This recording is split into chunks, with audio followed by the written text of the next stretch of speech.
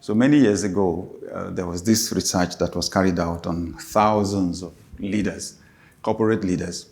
And the researchers came to the conclusion that only 87% of leaders are strategic. 87% of leaders are operational leaders. Only 13% are strategic. What's the difference? Operational leaders can motivate people, get them to achieve goals in normal conditions. The strategic ones can motivate people to succeed in rapidly changing environments. So the operational ones do well when the conditions are stable. But once things begin to change, then the operational leaders find it difficult to cope. This is one of the things actually that made me have a very strong bias for strategy and strategic thinking. I was still a teenager when I just observed the pattern around. The tailor that, was making my clothes, some other shop on the street, gone. 2 years, 3 years down the line, fizzled out, shut down. What's going on? Individuals that were doing well in their career, gone. Career gone within a short time. And then it was coming closer home. People that I knew, thriving, doing well, and then 2-3 years later, gone, fizzled out, and I got scared because I saw the pattern. And it was like, I don't want to be finished before I start. What is it? What is it? What causes this thing? What causes a business that was there to not be there anymore? So if I can identify it, I want to deal with it before it gets to me, right? And I didn't realize that is what strategic leadership is actually about. In fact, strategic thinking, that's what it's about. That you are sensitive to changes, that you catch change while it's still happening on the fringes. When it's not getting the attention of other people, for you, you pick it and you can make projections ahead and you can fortify yourself. Okay? So in fact, then you are not afraid of change because it is inevitable anyway. So you actually are able to recognize the opportunities in change before the change arrives. Then position yourself to take advantage of those opportunities. So our bias here is strategic leadership. So leading business growth. One of the greatest challenges facing you as a business leader is this issue of growth.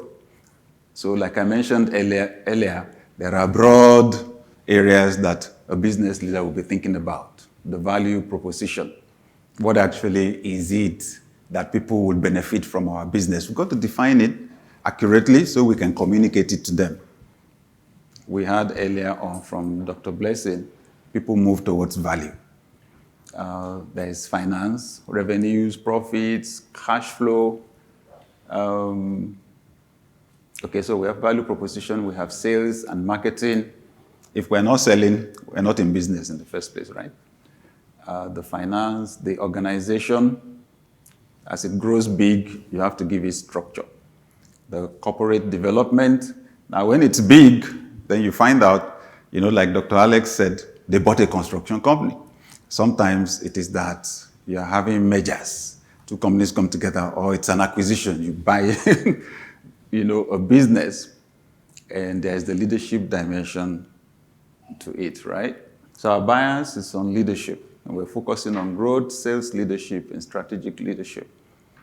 So leading business growth, the first challenge we're trying to deal with, growing a business takes a lot of work and attitude, but it is very rewarding. Why don't a lot of people want to do business? Because it takes, first, attitude. You've got to be someone who won't cave in easy. Building a business is work. You're going to meet a lot of challenges, and if you are negative, if you have more tendency to go negative than to be positive, you're going to have heartbreak, right? Okay, because things are not always going to work perfectly.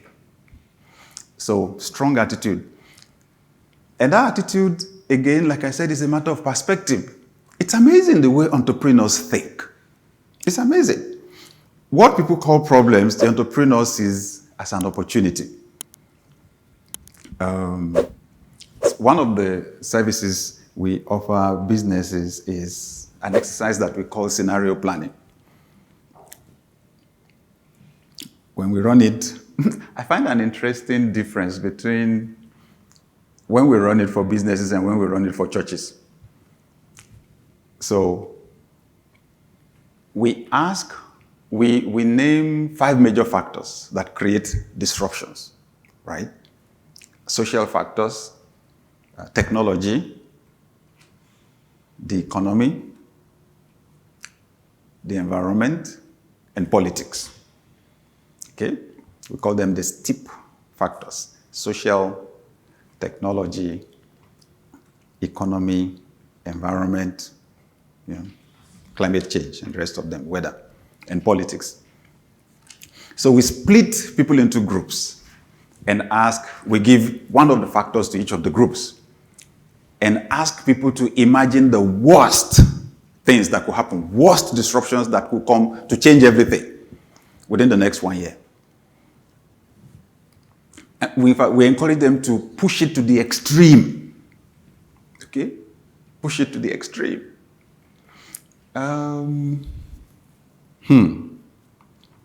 So this is what we found with churches, that they struggle. The church leaders struggle to imagine bad things happening.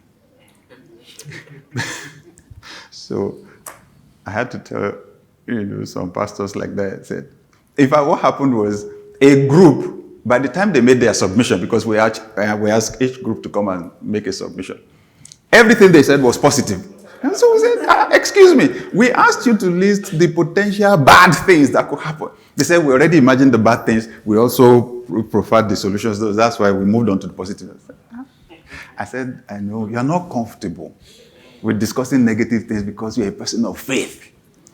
See, this is negative thinking. I said, look, you can't have more faith than Jesus Christ. Have you read what he said would happen towards the end of time? He said there will be wars, rumors of wars, famines, earthquakes, okay, and pandemics or epidemics. So I said, it doesn't mean you are negative. It just means you are smart. You have faith, but at the same time you are pragmatic, you are practical. You don't have control over the whole world. These are inevitable things. So don't worry about that. So once we've listed the potential negative things that could happen, then I say, look, this is why you're an entrepreneur. What are the opportunities in those bad things? I say, for example, you think about wars. I say, it's not everybody that prays that wars should end. That's why some of them stretch for so long. Wars make billionaires. It's people that manufacture the guns, manufacture the bullets, manufacture the bombs. When there's sometimes, if they could, they will instigate a war somewhere. Yeah, because they use up those things quickly. The military, the armies use up those things, so they have to manufacture. Some of them have to expand their factories while a war is going on. So it's not everybody that prays that problems should not happen. Have you seen a doctor praying that people should not be sick? At the same time, the doctor should not pray that people should fall sick, right? Please, don't pray. It's just naturally predictable that it will happen, right? So we need attitude, that positive attitude. Also, businesses behave like living organisms. Many years ago, I read somewhere that every business has a soul. I said, what? Wait. So every business has a soul.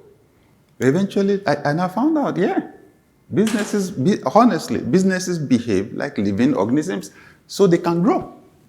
They have the capacity to grow. So you want to pay attention to that soul, right? And when they grow, they develop in phases and change in structures, change in their needs as they grow.